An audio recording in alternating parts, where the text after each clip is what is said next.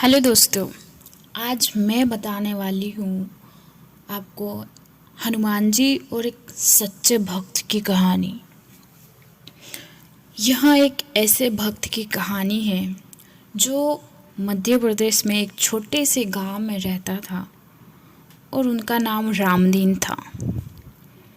और रामदीन बचपन से ही हनुमान जी का परम भक्त था और वह हर सुबह शाम नियमित से पास ही के मंदिर में हनुमान चालीसा का पाठ करता और हर मंगलवार और हर शनिवार को व्रत रखा करता था।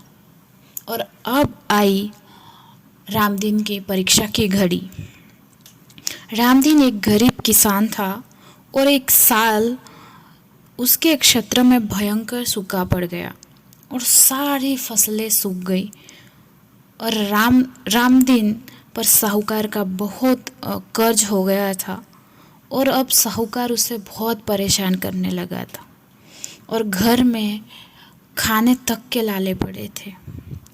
और रामदीन ने प्रार्थना की, बहुत विनती करी, बट उसकी मुसीबत कम नहीं हुई।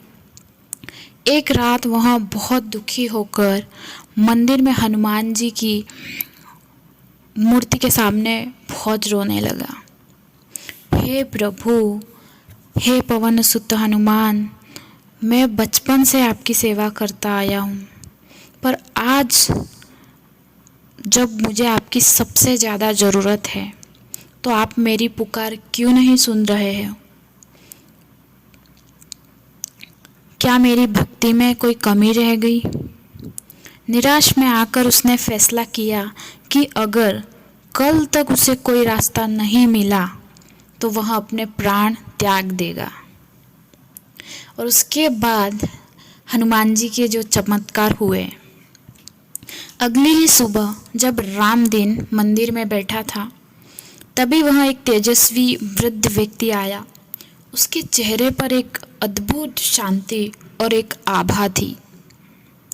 वह वृद्ध व्यक्ति ने रामदीन से पूछा, क्या बात है बेटा, तुम इतने परेशान क्यों हो? रामदीन रोते हुए अपनी सारी कहानी बताई। वृद्ध व्यक्ति ने मुस्कुराते हुए कहा, चिंता मत करो, हनुमान जी अपने भक्तों को कभी अकेला नहीं छोड़ते। तुम एक काम करो, कल सुबह गांव के बाहर जो पुराना पीपल का पेड़ है उसके नीचे जाओगे तो तुम्हें एक पोटली मिलेगी। उसे ले जाकर साहूकार का कर्ज चुका देना। रामदीन को विश्वास ही नहीं हुआ, पर उस वृद्ध की बातें इतनी सांत्वनापूर्ण थी कि उसे थोड़ी उम्मीद जगी। उसे उस वृद्ध का धन्यवाद करना चाहा, पर ऐसे ही उसने आंखें उठाई, वह वृद्ध गायब हो गया। वह हैरान रह गया। अगले ही दिन रामदीन ने हिम्मत करके गांव के बाहर जाकर पीपल के पेड़ के नीचे देखा।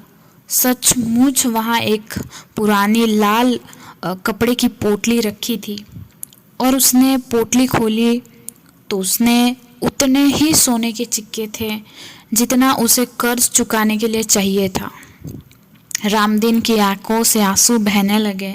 वह समझ गया कि वह तेजस्वी वृद्ध और कोई नहीं बल्कि स्वयं हनुमान जी थे और जो उसकी परीक्षा ले रहे थे और सही समय पर उसकी मदद करने आए।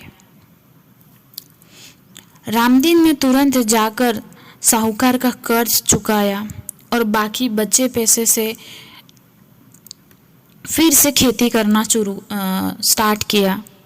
उस दिन के बाद से रामदीन की भक्ति और भी दृढ़ हो गई। इस कहानी से हमें यह सीख मिलती है कि चाहे कितनी भी बड़ी मुसीबत क्यों ना आए, हमें अपनी आस्था नहीं छोड़नी चाहिए और भगवान हमेशा सच्चे भक्त की परीक्षा लेते हैं, पर अंत में उसकी सहायता जरूर करते हैं। अगर आपको भी ऐसी कहानियाँ अच्छी लगती है तो आप कमेंट में जय श्री राम जरूर लिखें। और जय श्री राम।